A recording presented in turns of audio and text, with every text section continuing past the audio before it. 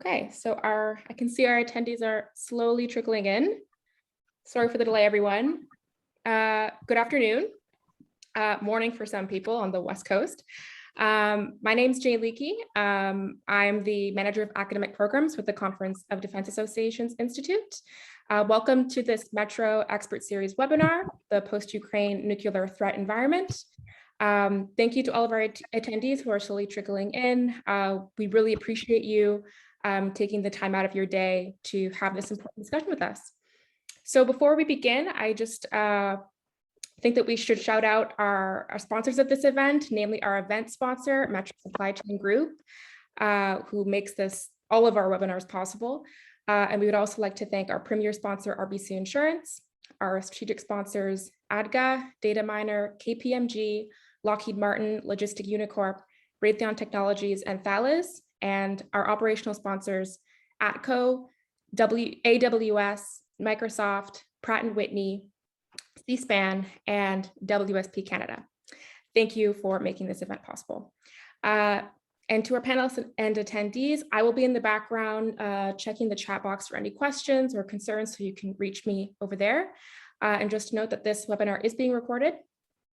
And with that, I would just like to introduce our moderator for this panel, Dr. Nancy Teeple. Dr. Nancy Teeple is a defense scientist, strategic analyst with Defense Research and Development Canada's Centre for Operational Research, embedded within the Canadian Army Land Warfare Centre in Kingston, Ontario. Her research areas explore Canadian Army capabilities in the emerging operating environment, nuclear strategy and arms control, nuclear and conventional deterrence, modernization of North American defense, integrated air and missile defense, and Arctic defense and security. Dr. Teeple is also an adjunct professor, assistant professor, and research associate at the Department of Political Science and Economics at the Royal Military College of Canada, and was the 2020-2021 postdoctoral fellow at the North American and Arctic Defense Security Network. She recently held the 2019 and 2020 Fulbright Canada Research Chair in Peace and War Studies at Norwich University in Vermont. So pleasure to have you, Nancy, and over to you. Wonderful. Thank you for that introduction, Jane. I'll start out with the usual. Any opinions that I express during this event are my own opinions and don't necessarily reflect those of the Department of National Defence or the Government of Canada. So what I'll do is I'm going to introduce kind of where we're at, the conditions that we're looking at, and then I'm going to move on to our agenda and introduce our distinguished panelists. So welcome everyone to the CDAI event in a world gone mad, post-Ukraine nuclear threat environment. The global international order is experiencing a series of unprecedented events under great power competition. This involves the breakdown of stability-enhancing bilateral and multilateral arms control agreements. This threatens the survival of the arms control regime to reduce strategic nuclear warheads and their delivery platforms. Russia invaded Ukraine last February and has experienced numerous setbacks as a result of Ukraine's resilience and support from NATO countries, including equipment and intelligence sharing, as well as training. Ukraine's successes have been met with Russian President Putin's nuclear threats, creating concerns in the West about whether Putin is not bluffing and whether he would use tactical nuclear weapons in Ukraine, and whether escalation would lead to threatening NATO countries such as the United Kingdom and others. The sham referendum in the eastern parts of Ukraine could lead a desperate Putin to increase nuclear posturing in the interest of protecting Russian territory. Under these conditions, there's a high risk for miscalculation and potential nuclear accidents with Russian forces based around nuclear power facilities. China is closely watching these events, as there are lessons to be taken for any moves on Taiwan in the Pacific region.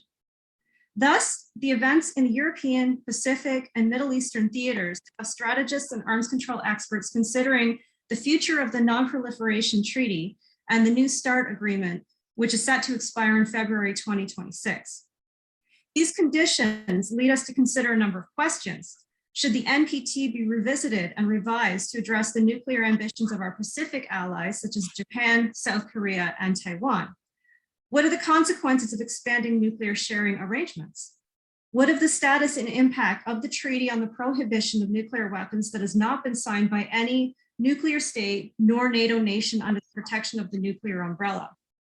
What is the role for Canada in the future of arms control and disarmament? And ultimately, what is the future for US-Russian arms control, and how might China be engaged? With that introduction, I'm pleased to introduce our distinguished panelists who have extensive knowledge and experience in nuclear arms control, non-proliferation, and disarmament. We're going to start our panel with Dr. Jennifer Simons. She's the founder and the president of the Simons Foundation of Canada, an innovative private foundation based in Vancouver. Dr. Simons has pioneered research, advocacy, and action in advancing nuclear disarmament, peace, human rights, and global cooperation, and regularly speaks on nuclear disarmament issues at international conferences and other events. Dr. Simons is active within academic circles, serving as adjunct professor with Simon Fraser University's School for International Studies, and senior fellow and dialogue associate at SFU's Center for Dialogue, among many other activities. She's the founding partner of Global Zero, a council member of Pugwash conferences on science and world affairs, and a partner with Project Plowshares and Global Affairs Canada. Such partnerships include the Simons Foundation Program Graduate Research Awards for Disarmament, Arms Control, and Non-Proliferation. Among her many recognitions, Dr. Simons was appointed to the Order of Canada in 2010 for her contributions to the promotion of peace and disarmament. She received the Queen Elizabeth II Diamond Jubilee Medal in 2012 and was awarded the Queen's Golden Jubilee Medal in 2002 for her service to the global effort to eradicate landmines. Dr. Simons is an inspiration for women working in the field of nuclear arms control and non-proliferation. I'd also like to introduce William Alberg, who's the Director of Strategy, Technology, and Arms Control, the program, at the International Institute for Strategic Studies in Berlin. Here he focuses on national security strategy, nuclear deterrence and non-proliferation, arms control, risk reduction, and international security in NATO. He previously served as the Director of NATO's Arms Control, Disarmament, and Non-Proliferation Center, and worked for the US government for more than 2 decades on nuclear security and safeguards, W&D non-proliferation, arms control, CSBMs, SALW, CBRN defense, pandemic response, and nuclear accident response. And we have Professor Paul Meyer, who is a fellow in international security and adjunct professor of international studies at Simon Fraser University. He's a senior fellow to the ICT4 Peace, and he served as a chair of the Canadian Pugwash group since 2017, and currently serves as its director. Prior to taking up his current position in 2011, Professor Meyer had a 35-year career with the Canadian Foreign Service with a specialization in international security policy. His diplomatic postings included serving as Canada's ambassador and permanent representative to the United Nations and to the Conference on Disarmament in Geneva from 2003 to 2007. He currently teaches an undergraduate course on diplomacy at Simon Fraser and writes on issues of nuclear non-proliferation and disarmament, outer space security, and international cybersecurity diplomacy. With that, I'd like to welcome our panelists, and I'll kind of briefly go over the format of our discussions today. I would like the panelists, starting with Jennifer Simons, moving to William Alberg, moving to Paul Meyer. So maybe 5 to 7 minutes on your perspective, a particular area of interest on these issues. And then we'll move on to a discussion among the panelists where you may respond to one another and ask questions and whatnot. And then following this, we'll start with a Q&A that will engage the audience to ask questions to the panelists. So with that, I am pleased to introduce Dr. Jennifer Simons, please. Well, thank you very much, and such a generous introduction of me. So good to see you again, William and Paul. We know each other here. So good morning from Vancouver, and thank you for the invitation to speak on the post-Ukraine nuclear threat environment, a speculative enterprise because the resolution is unknown. Russia's latest annexation of Ukrainian territory has added a dangerous and frightening dimension and brings the world closer to a global war which may become nuclear. It's distressingly obvious from the Ukraine experience that conventional weapons are effective tools for destruction and death. Yet the outcome of Russia's invasion is increasing acceptance of nuclear weapons for global security and the heightened risk of nuclear use and of nuclear war. Putin's threat to use nuclear weapons and the weaponization of nuclear power plants revealed a previously unconsidered dimension of nuclear deterrence policy and practice, which hamstrung Ukraine's friends and allies. His threat of nuclear use, if interfered with, created a safe nuclear-free space for Russia to invade and attack and destroy Ukraine, a non-nuclear weapon state.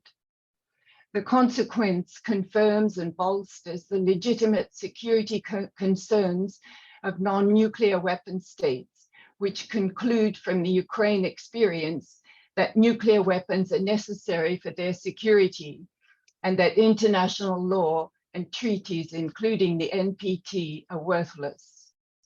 Putin's threat and Medvedev's confirmation of nuclear weapons use if Russia is hindered in any way is a wake-up call to the nuclear weapon states. Yet authoritarian nuclear weapon states may recognize the advantage of holding the other nuclear weapon states hostage in order to impose or invade others with impunity. For example, the much quoted fear that China will invade Taiwan. States with nuclear breakout capability, eyeing Russia's success, may see the power of possession not just for their own security, but as well to fulfill their own aggressive ambitions. A successful outcome for Russia will drive proliferation, and the consequences of dealing with more states with nuclear weapons will mean that nuclear deterrence policy and practice will be more fragile than it already is. On the other hand, the risk of nuclear weapons is now becoming ever more apparent to more people, and there may be recognition that nuclear weapons and the risks associated with possession are too dangerous and should be eliminated. But elimination certainly is not the case now, nor in the immediate future. It's an extremely negative environment for nuclear disarmament. States are placing greater reliance on nuclear weapons in their national security policies, and as well are upgrading and adding to their arsenals of both nuclear and conventional weapons. And with new nuclear sharing, nuclear weapons are becoming ubiquitous. The consequences of expanding existing nuclear sharing arrangements are that it encourages non-nuclear weapon states to seek nuclear options. It further entrenches nuclear weapons in security policy. It worsens relations with China, which prior to Ukraine has responded negatively to the AUKUS agreement. The Russian invasion of Ukraine has jeopardized the traditional zone of peace environment in the Arctic. Though the Russian Northern Nuclear Fleet, based in the CORA Peninsula, expanded its military presence in the Arctic in 2017, and since Russia's invasion of Ukraine has increased nuclear military activity. The expansion of NATO nuclear umbrella to include Arctic states, Sweden, and previously neutral Finland further nuclearizes the Arctic and creates a security threat to the region, and particularly to Canada, because Russia and the United States, its two closest neighbors, are enemies and have the largest nuclear arsenals. Canada has historically been uneasy with NATO presence in the Arctic. Security measures have predominantly been non-military, governed under the auspices of the Arctic Council, which was suspended at the time of Russia's invasion of Ukraine and annexation of Crimea. If and when the 8-member Arctic Council resumes, Russia will be facing 7 NATO states, an unlikely scenario.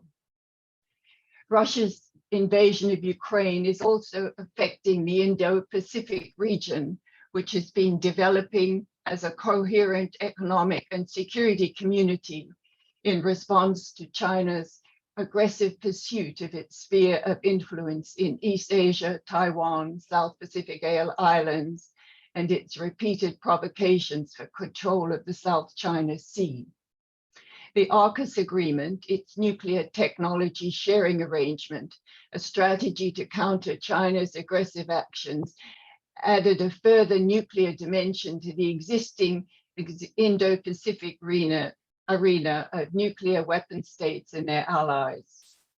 The invasion of the Ukraine has potentially furthered the nuclearization of this region. South Korea is now seeking US weapons based in South Korea and considering acquisition of its own nuclear weapons. North Korea, perhaps in response to South Korea, has formally announced that it is a nuclear weapon state and will use nuclear weapons if it is threatened.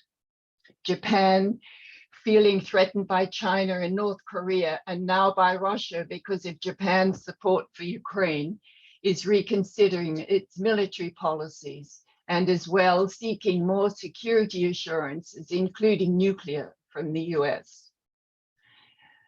The range of topics we've been invited to address reflects this global disarray and the jeopardization of the prevailing international law and governance system, which has guided the conduct of states for almost 200 years. President Putin's contempt for the Buddhist Memorandum, the Helsinki Accords for international humanitarian law, the Genevan Protocols, the Genocide Convention, the NPT, and the tenets of the United Nations Charter itself undermine and weaken the multilateral architecture of global governance, leaving the United Nations hobbled and ineffective. Failure of the 10th NPT review conference in August of this year has been attributed to Russia. Yet despite Russia's pariah status, the nuclear weapon states, the P5, managed to bond together to make no concessions to Article 6, confirmation that the nuclear weapon states and their allies have no intention of disarming.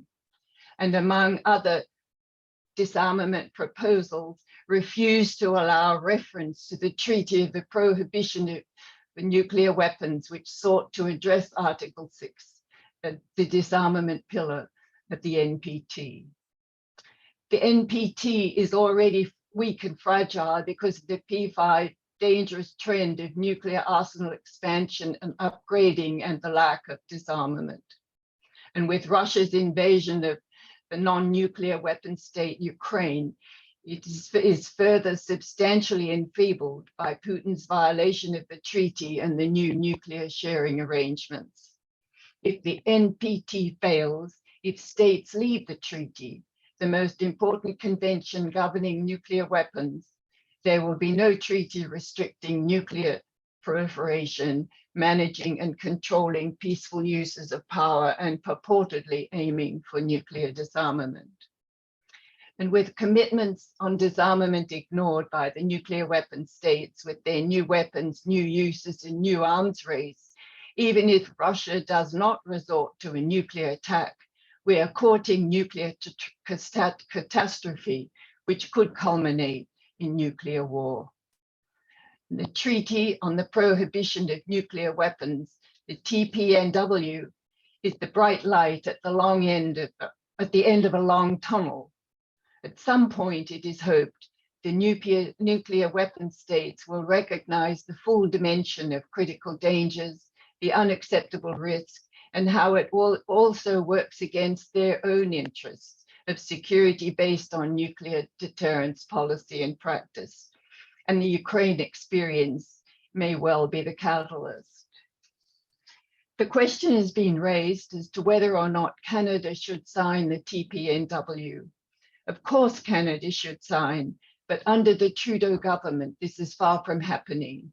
Canada, citing NATO membership, declined to participate as an observer in the first meeting of the states parties to the TPNW, despite the fact that other non-nuclear NATO allies, Belgium and the Netherlands and Germany, which hosts nuclear weapons, participated as observers. Australia, a nuclear protected ally of the United States, was also an observer. Derek Burney and Fen Hampson have just released their report on Canada in the Indo-Pacific.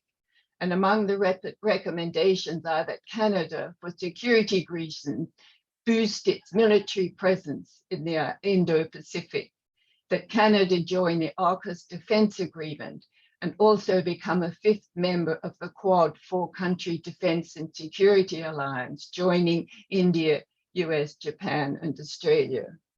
This would further embed Canada in nuclear sharing, nuclear partnering and nuclear sharing arrangements, and make a Canadian commitment to nuclear disarmament and signature of the TPNW, a distant goal.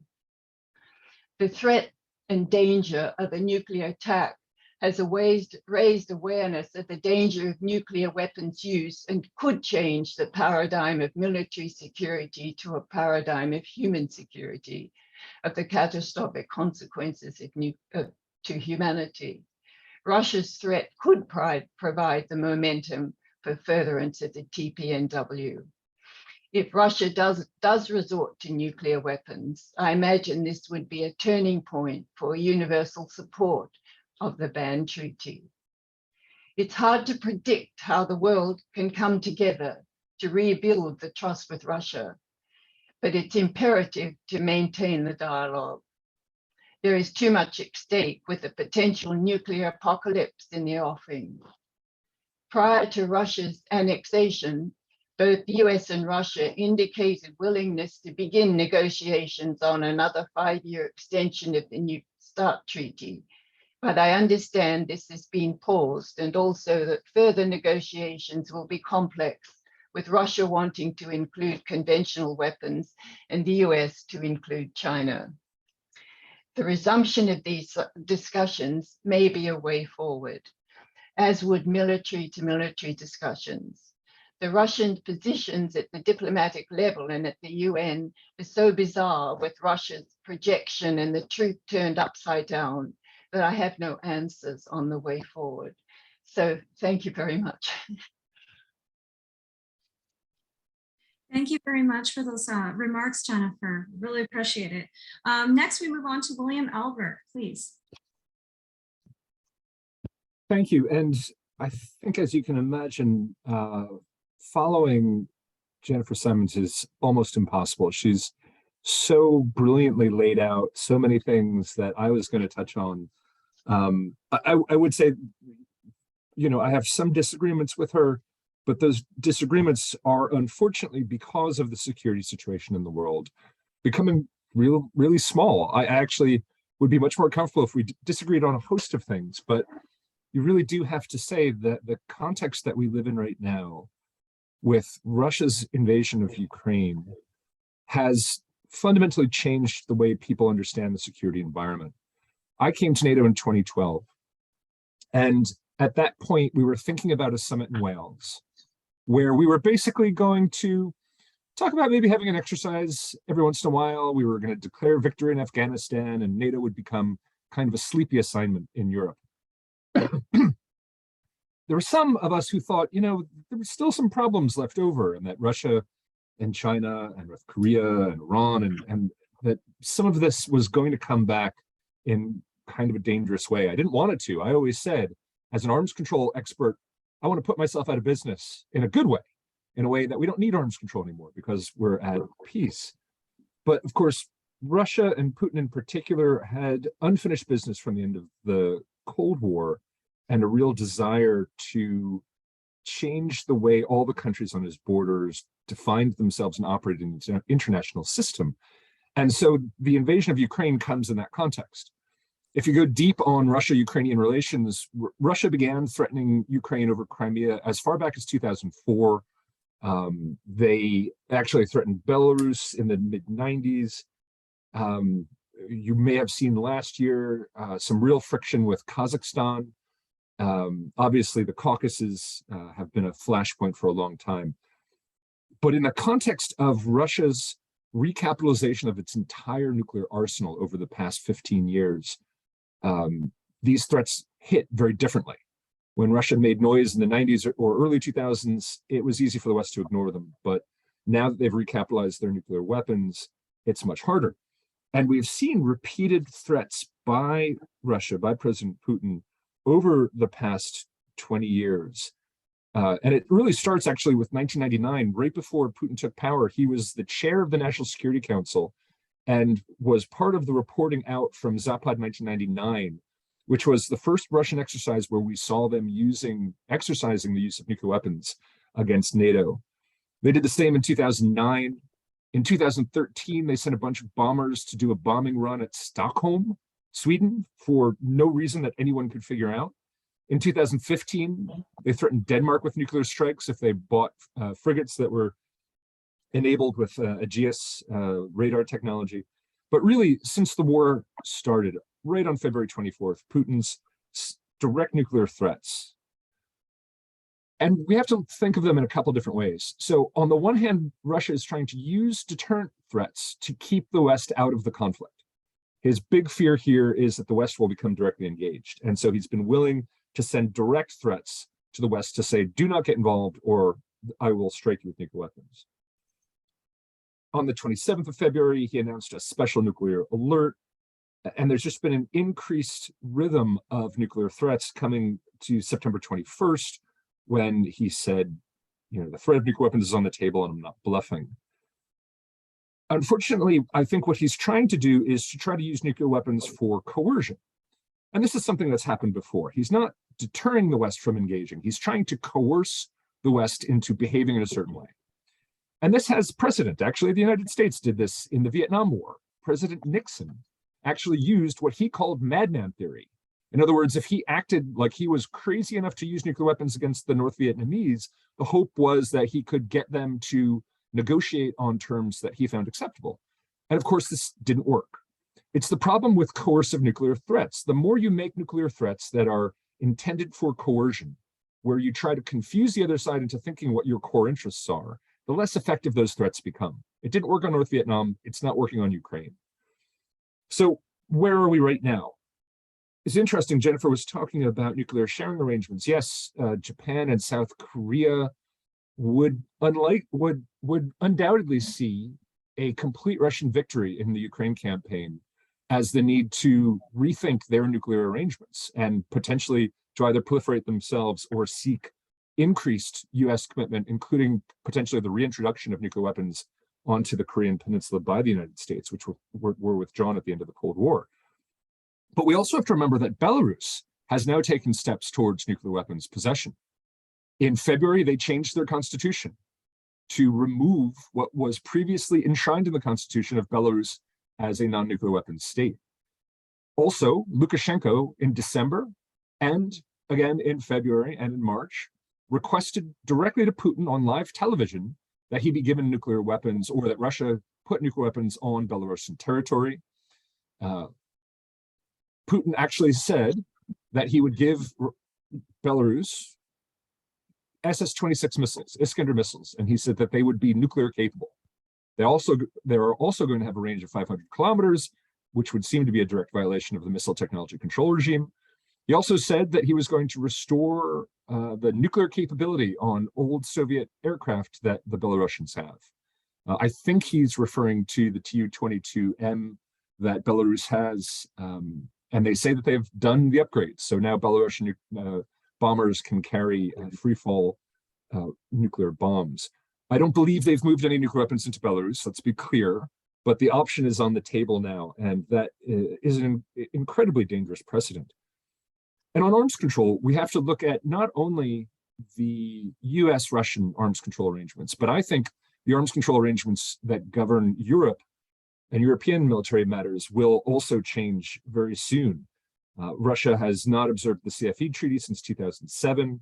The US and Russia both withdrew from the Open Skies Treaty. I fear that the Organization for Security and Cooperation in Europe itself is under threat. And what does this all mean for Canada? I don't think now is the time for Canada to begin questioning its commitment to NATO or its part of the Western security apparatus. I think, in fact, more countries are going to be looking to the West for protection.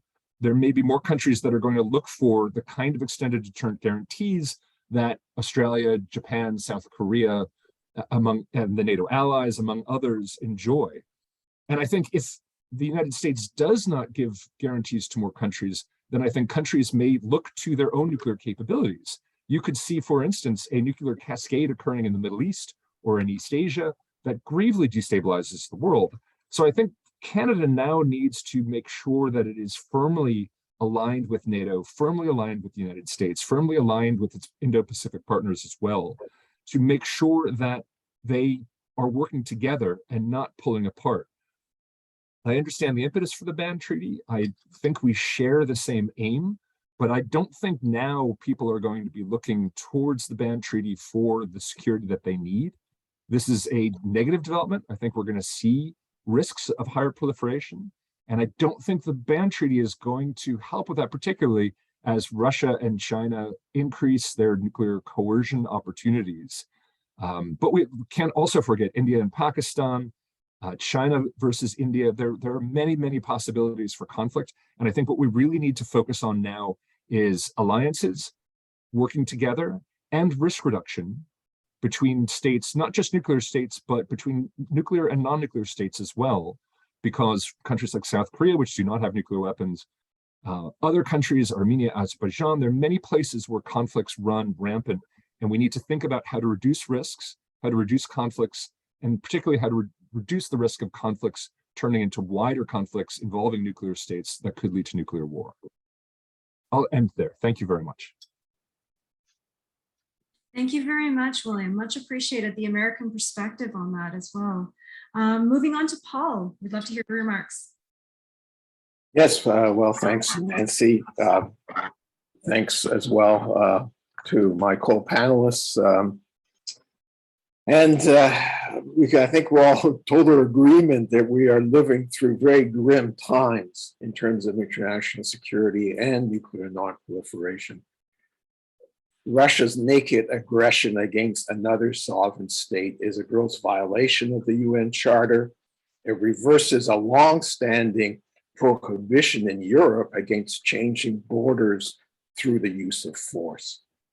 And the fact that the aggression is being carried out by a permanent member of the UN Security Council, which under the Charter has the responsibility for maintaining international peace and security, is particularly egregious and highlights, frankly, a fundamental vulnerability in the UN's collective security system. The negative implications for the nuclear non-proliferation norm are also evident. Russia has broken its commitments under the 1994 Budapest Memorandum to respect Ukraine's territorial integrity and political independence. This agreement, which was signed by Russia, the US, and the UK, provided security assurances to Ukraine in return for that state's agreement to remove Soviet-era nuclear weapons from its territory and to sign on to the Nuclear Non-Proliferation Treaty as a non-nuclear weapons state. The brutal use of force by a nuclear weapons state against a non-nuclear weapon state erodes the non-proliferation norm, as some states may well conclude that only through acquiring nuclear weapons of their own will they be able to deter aggression against them. President Putin's repeated nuclear saber rattling is also corrosive of international security, coming as it does after the January P5 statement that a nuclear war cannot be won and should never be fought. Putin also seems, frankly, to be revising existing official Russian military doctrine to expand the situations for which nuclear weapons could be employed to cover any attack on Russian territory as defined by the Kremlin. The nuclear disarmament and non-proliferation regime founded on the NPT, which was already under stress before Russia's invasion, has been further weakened. The postponed 10th NPT review conference was finally held in August, but failed to agree on a final outcome document, due largely to Russian opposition to language they perceived as critical of their actions in Ukraine. This represents the second consecutive failure of the review conference to produce an agreed outcome and underscores the frailty of this regime. Progress on nuclear disarmament has stalled and arguably is going into reverse, as all the nuclear weapon possessing states engage in multi-billion-dollar modernization programs for their nuclear forces. Such actions and the perception that despite the NPT's obligation to disarm, these states intend to retain their nuclear weapons in perpetuity undermines the authority and credibility of the entire regime. The entry into force in January 2021 of the Treaty on the Prohibition of Nuclear Weapons, TPNW, a treaty which actually has higher standards for nuclear disarmament than the NPT, represents, in my mind, an effort by the non-nuclear weapon states to regain some agency on nuclear affairs and demonstrate their rejection of the nuclear weapon status quo. With 91 signatures and 68 state parties, the TPNW offers an alternative route to the oft-proclaimed and ostensibly common goal of a world without nuclear weapons, and contributes to the delegitimization, the stigmatization, if you will, of these weapons of mass destruction. The advent of the TPNW in 2017 put Canada in something of a dilemma. Would it embrace this new treaty in keeping with its long-standing advocacy of nuclear disarmament in the international arena? Or would it privilege its support for nuclear deterrence as practiced by the alliance of which it is a member? In the event, deterrence trumped disarmament, and Canada has rejected the TPNW. It was also party, I think, unfortunately, to rather spacious claims against the TPNW as being incompatible with the NPT. And it refused to attend as an observer the first meeting of the TPNW states held in this June, despite the presence there of other NATO states, NATO non-nuclear weapon states, as Jennifer has already mentioned.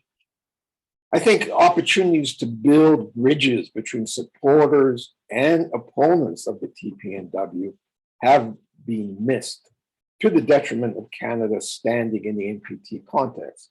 And let's remember, all the TPNW states parties are also states parties of the NPT, as are all the NATO alliance members and those others that are allied with nuclear weapon states, essentially the United States. Now, this is a dark cloud, I acknowledge, hanging over us, but I think there is a silver lining, and that may lie in the fact that suddenly the subject of nuclear weapons and the risk of their use is prominent in media coverage and political discourse. Public anxiety over the heightened risk of nuclear weapons and the nuclear weapon use and the possible breaking of the 77-year-old taboo against their employ may galvanize action by governments to move more purposefully to reduce these risks and recommit to making substantive progress on arms control and disarmament. In this context, it would be desirable if Canada could demonstrate a greater engagement in international efforts to reduce nuclear risks and promote tangible progress on the disarmament agenda. I have here three, I think, modest recommendations, but I think they all would represent positive developments if Canada was to embrace them.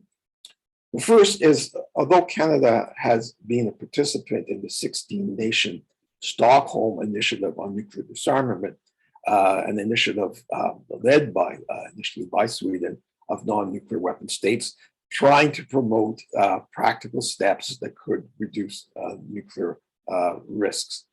But despite being an original member, Canada has never attended any of its 6 ministerial level meetings at the ministerial level.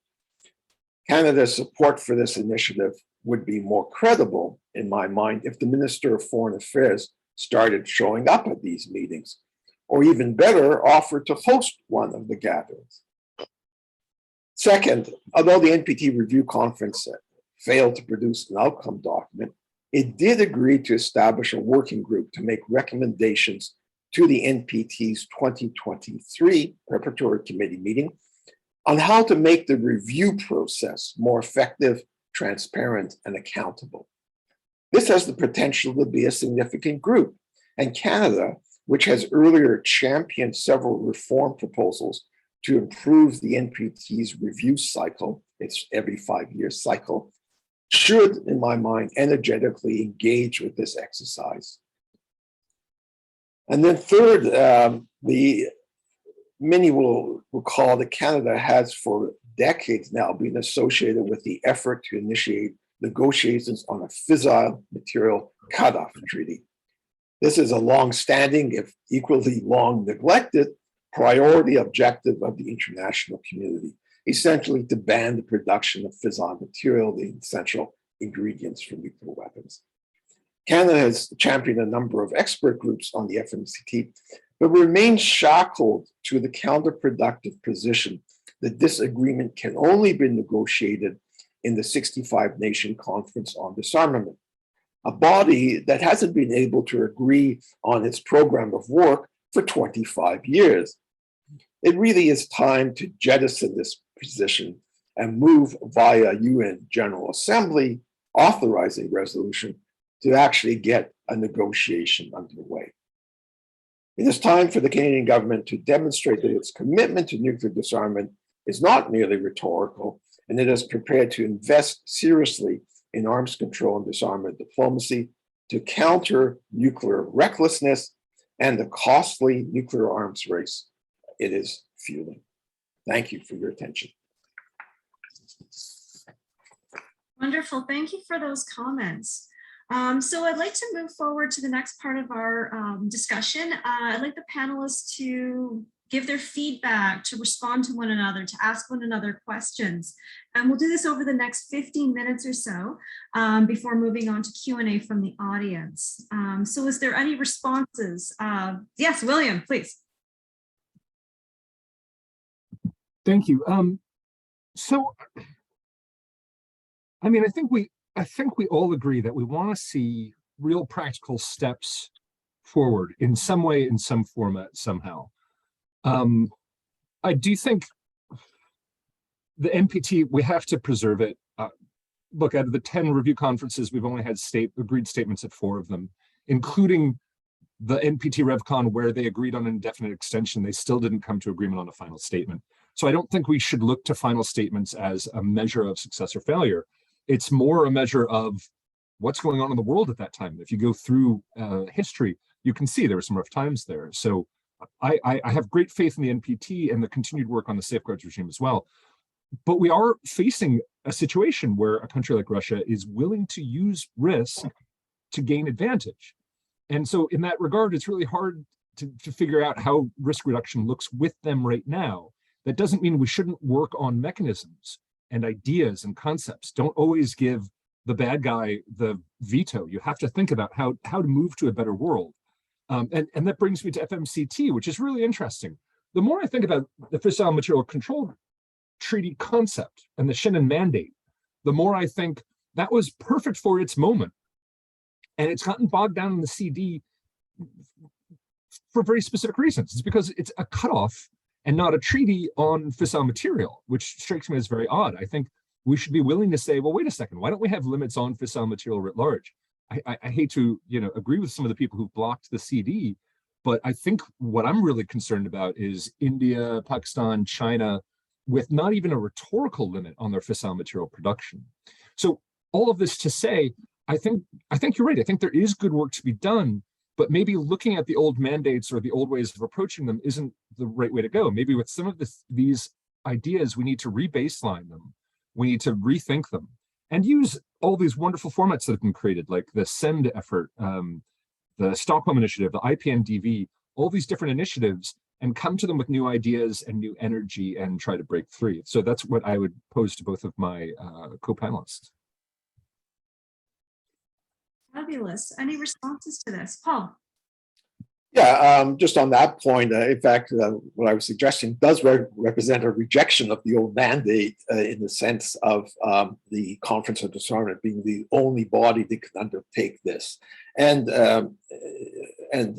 Passage Jared Shannon, I mean, there's actually provision in that mandate to allow the question of stocks, which has bedeviled the parties, also to be broached. And I, for one, would be quite happy to see it restylized as a fissile material control treaty rather than necessarily a cutoff treaty. But I think the key thing is if there's going to be any credibility about the commitments on this, you can't hide behind this dysfunctional form any longer.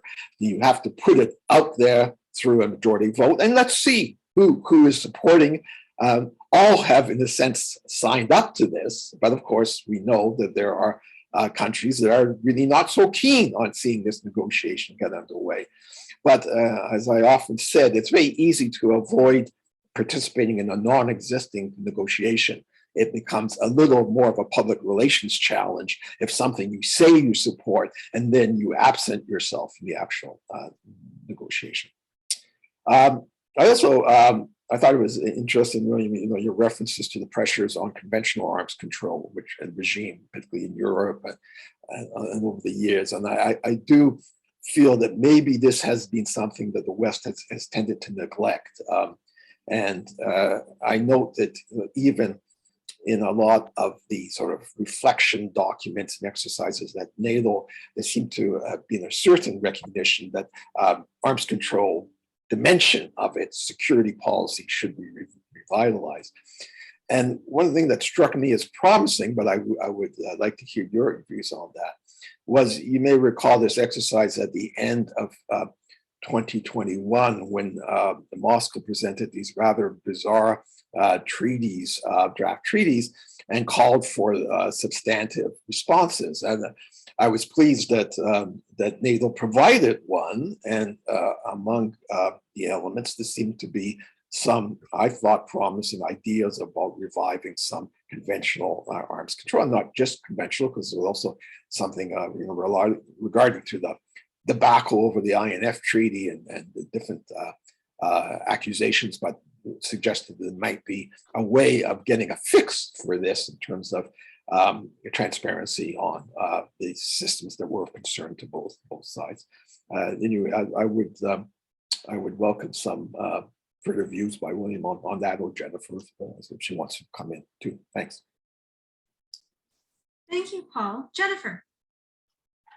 Paul, for many years you've been advocating that the fist ban treaty be taken out of the conference and disarmament and negotiated the first committee. How successful can proposals like this be? How much could be taken out of the NPT or the Conference on Disarmament and negotiated at the first committee, where it's an up-down vote and more chance of success, but difficult to get in there? Perhaps you could talk about that, Paul. Sure, if that's okay, Nancy. I agree. I mean, unfortunately, the sort of extreme application of the consensus rule in the Conference of Disarmament has really stymied work on so many things, and perhaps really not surprisingly, those that really wanted to see progress eventually turned to the UN General Assembly and the possibility of majority voting. I think, for example, on the arms trade treaty, this the subject matter could have come under the CD, but I think the UK rightly saw the need to work it through the General Assembly, and it eventually, as we all know, came and was accepted. I might say accepted even when there was dissent in the working group, so it showed that there were limits to consensus. After all, why should 190 member states have their goals stymied just because 3 states decide they don't like a particular initiative? And we've also seen that, we saw it with the TPNW, which also used the General Assembly route. And more recently, an issue of space security, prevention of arms race in outer space. Again, a longstanding item on the CD's agenda, but because of the gridlock in that forum, little official work was done. And so a so-called open-ended work group is now underway on reducing space threats, and that was authorized through you in the General Assembly. So I think we have to acknowledge that if one's serious about advancing some arms control and disarmament goals, and not just going through the motions or paying lip service to them, then you have to turn to the diplomatic vehicle that is viable for actually getting work underway. And the General Assembly in this case is that vehicle. Thanks. Can I reply to a question as well? On conventional arms control in Europe, we may run into a period now where Russia's military might is so depleted, and NATO enlargement has been largely played out, that it might move to a status quo in Europe. And if Russia changes from revisionism to status quo in certain areas in Europe, it may seek arms control in order to limit its risk, at least for the period of time while it rebuilds itself. The problem is, what do you do when a country wants to change those rules, break out of those rules? I don't think we took it nearly seriously enough over the past 20 years, Russia's efforts to break out of those rules and address the reasons why. And just one other thing on a fissile material treaty, the only problem with going to UN General Assembly is you may get agreement for a treaty that doesn't include the states that have fissile material. That's the trick, is how do you get them in that process? And I think that's the difference between what the Space Open-Ended Working Group is doing versus what the ban treaty did. By having a discussion with all UN members, and by trying to do all the scoping and try to get as specific as you can, you may then be able to provide a basis for a treaty. But ultimately, if you're not getting the countries that have fissile material, the countries that can or are producing fissile materials in the treaty, you end up with a defeated process. So I do think there's a lot of scoping work that should be going on outside the CV to figure out the exact modalities. This is why I love IPNDV, that effort to get really, really specific about what the real challenges on verification are. So let's get really, really specific about what a fissile material treaty that addresses stocks and production would look like, and all of it, the text, the mechanisms, inspections, everything. And I think by removing any uncertainty in that and putting pen to paper, you really run a positive possibility of getting somewhere where a country that might have been reluctant to engage might say, you know what, I could actually live with that. So I would strongly encourage maybe a new government group of experts to actually put pen to paper and come up with what a treaty could look like. Great, thank you, William. Jennifer, your hand is up. Do you want to say some final remarks before we go to the Q&A?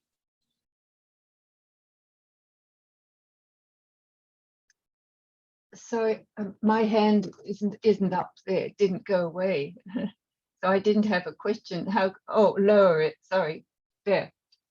So I didn't have a question on that. Although I'm really interested in learning about how the United Nations can be rehabilitated after this, when everything is by consensus. And I wondered if William and Paul had any ideas on that. The Japanese Prime Minister is very interested in ideas on how to reform the UN. I just heard him at the Shangri-La dialogue a couple months ago. But how do you handle it? I mean, I think you really have to take a look at the UN Security Council itself. And, I understand how it was made and why it was made that way.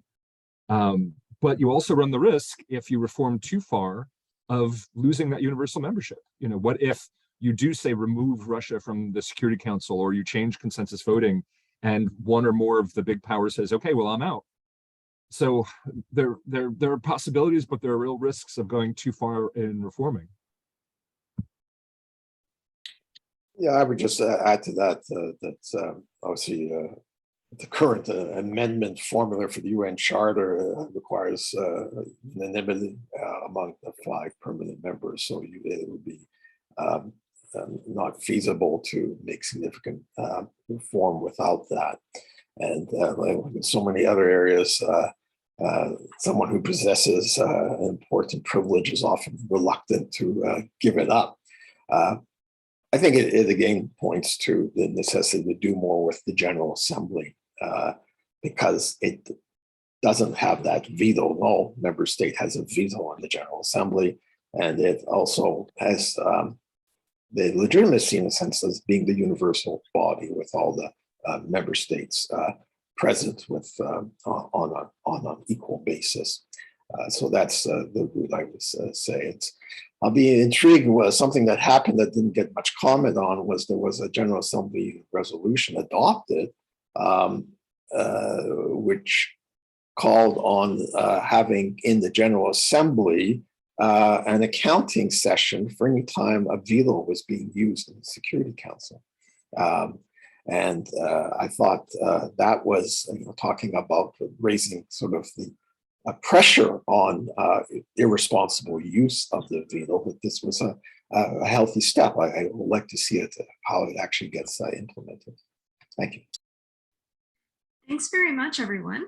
I'd like to move this to the next phase of the Q&A, and we have some questions coming in. I'll start with the first one.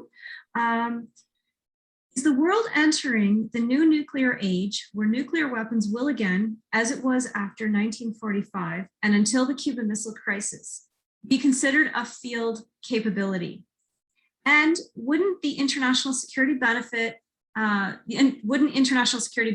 from more nuclear powers given the deterrent effects nuclear weapons have to prevent conflicts? And I believe this question is alluding to Kenneth Waltz's old argument about more is better because it provides its greater stability, although that's untestable. Who wants to field this first question? William. Yeah. I mean, I think one thing that has absolutely not been proven is the field capabilities of nuclear weapons.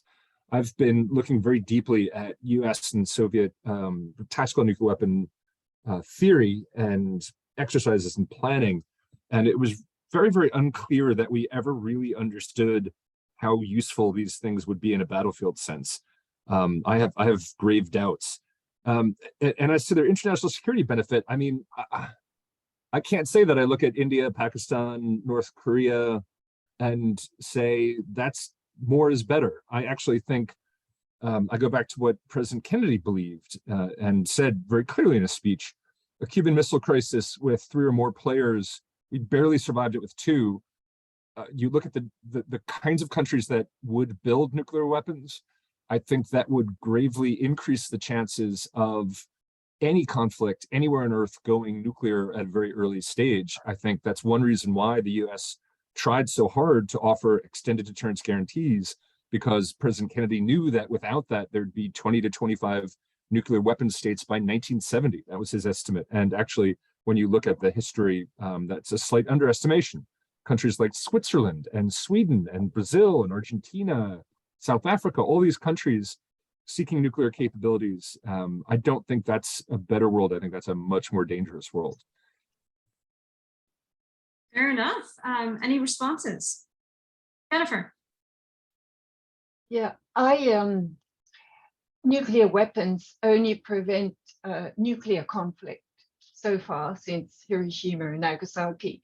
So many wars and so many people have been killed in those intervening years that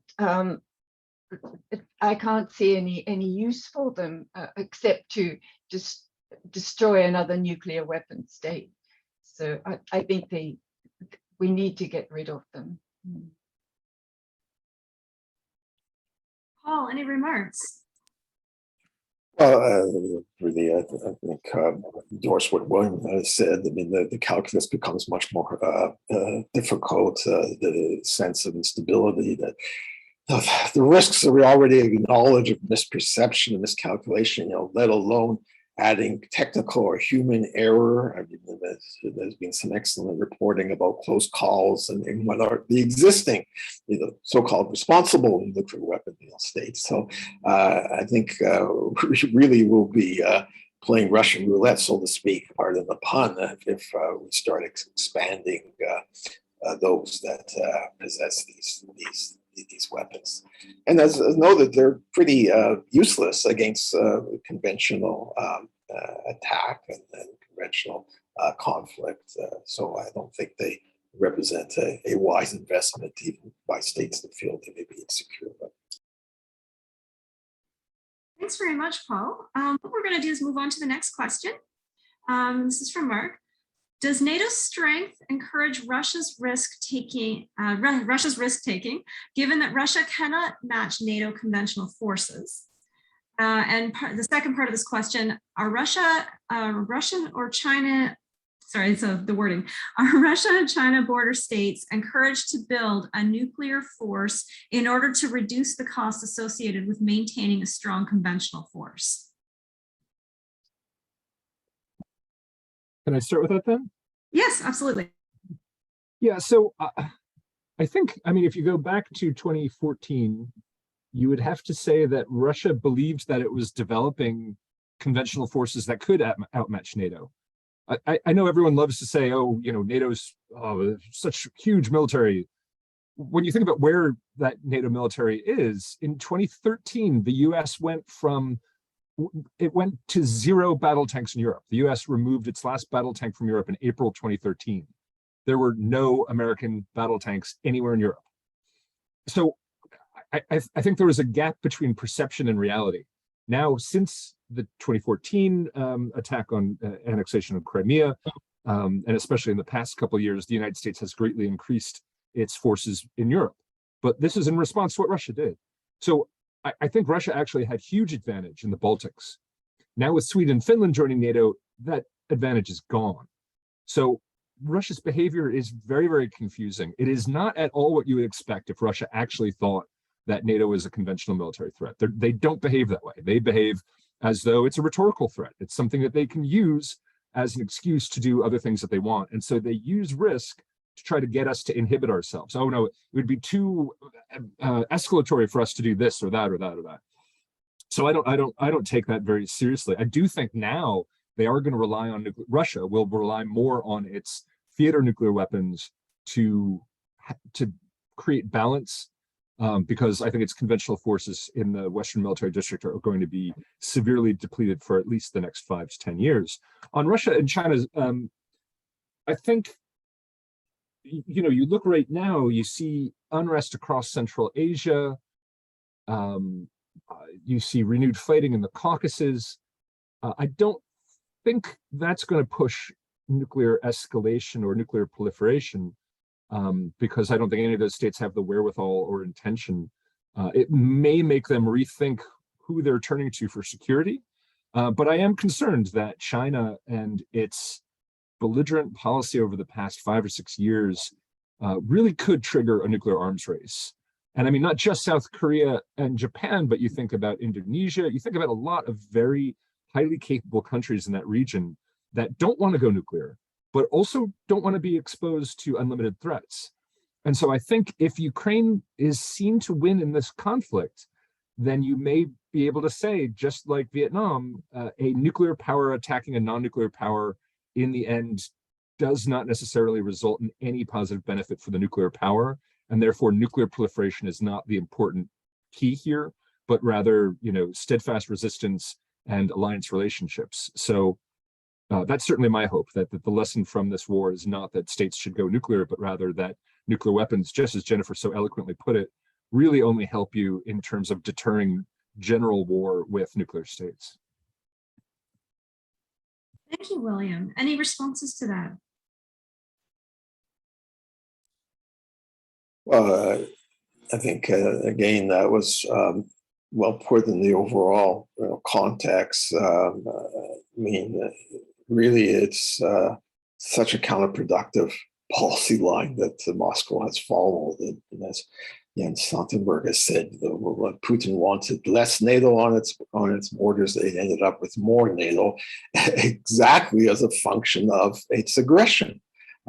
And frankly, this is the element that worries me the most, is that this in this autocratic regime around President Putin, that the man seems to be unhinged. I don't know if it's kind of gruesome, but if you read his latest rant, and rant is, I think, the only word that you can apply. It's really incredible. It sort of demonizes the West, but suggests the West is trying to run a satanic cabal in Russia, destroying gender distinctions. I mean, it really is extremely bizarre. And to think that this man, has ultimate authority on the launch of nuclear weapons, frankly, is a bit of a nightmare. And short of popular uprising, I don't know how he is shuffled off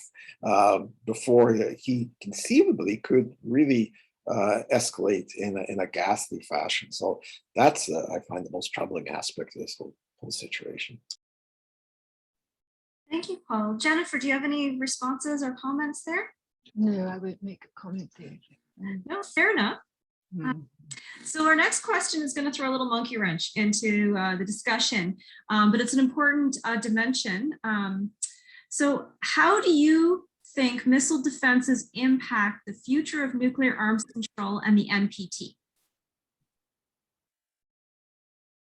Well, if I might lead off on that, I mean, I do think missile defenses have to be brought to the negotiating table eventually. And then there's that logic, which is even recognized in the preamble to New START, that there's such a thing as an offense-defense balance. And clearly, if missile defenses are, their development is completely unrestricted, you can expect, and we've already seen, a kind of countervailing action to increase offensive arsenals.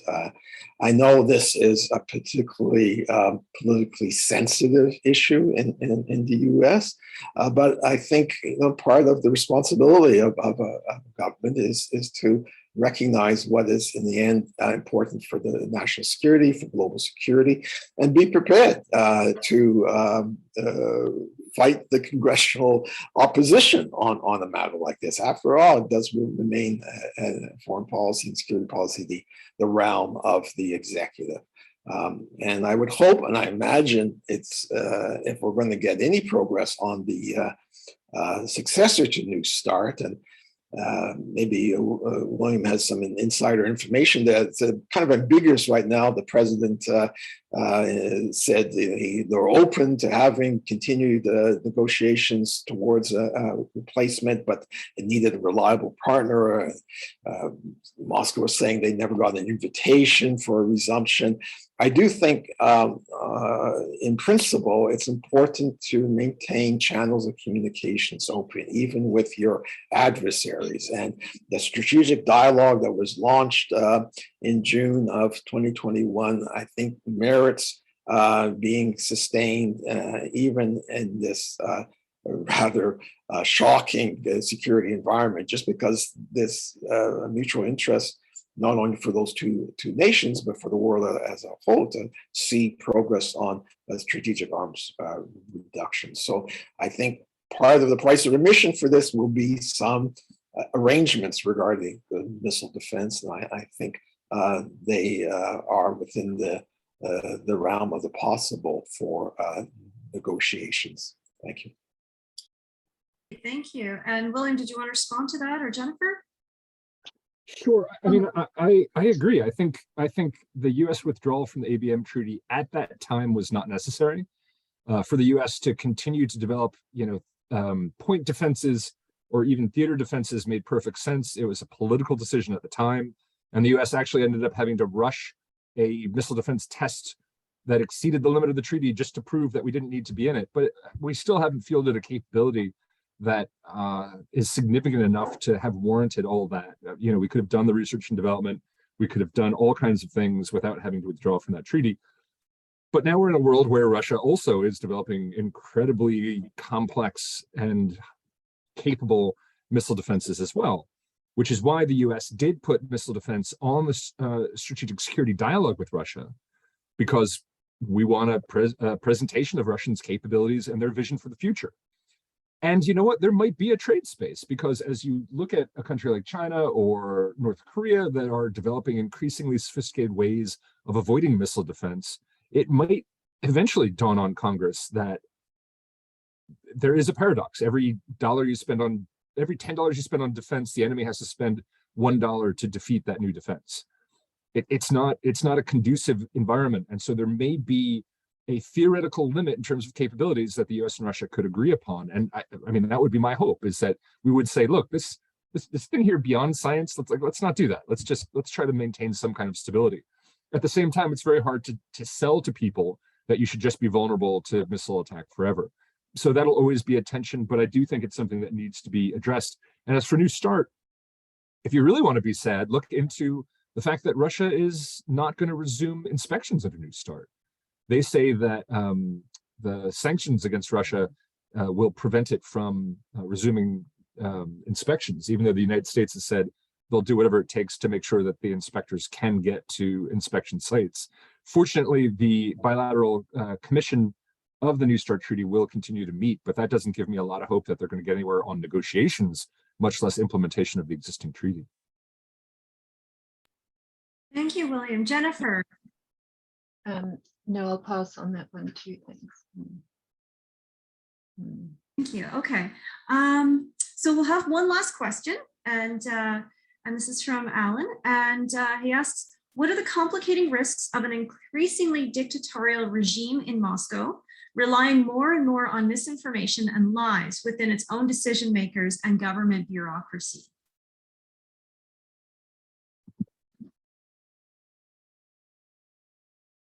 Well, I mean, this going there, as I just alluded to, I think it's highly problematic. The circumstance that combines an increasingly autocratic leader in a person of Vladimir Putin alongside an intensified regime of repression and disinformation. And that is a very unhealthy mix, to say the least. And many Russians are literally voting with their feet in terms of fleeing that context.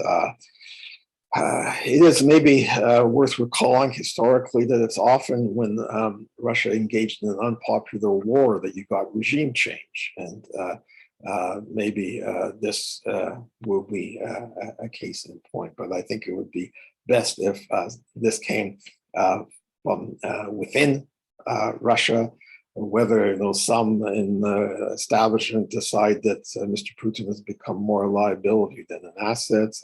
You could generate with many scenarios.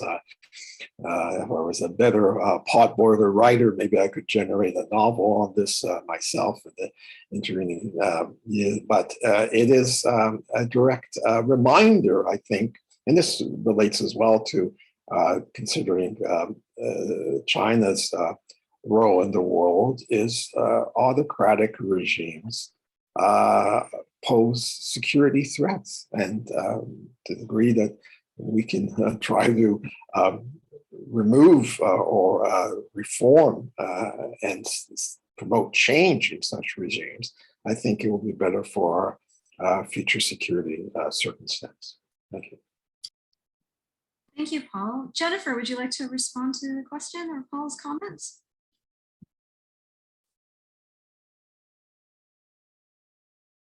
Fair enough. William.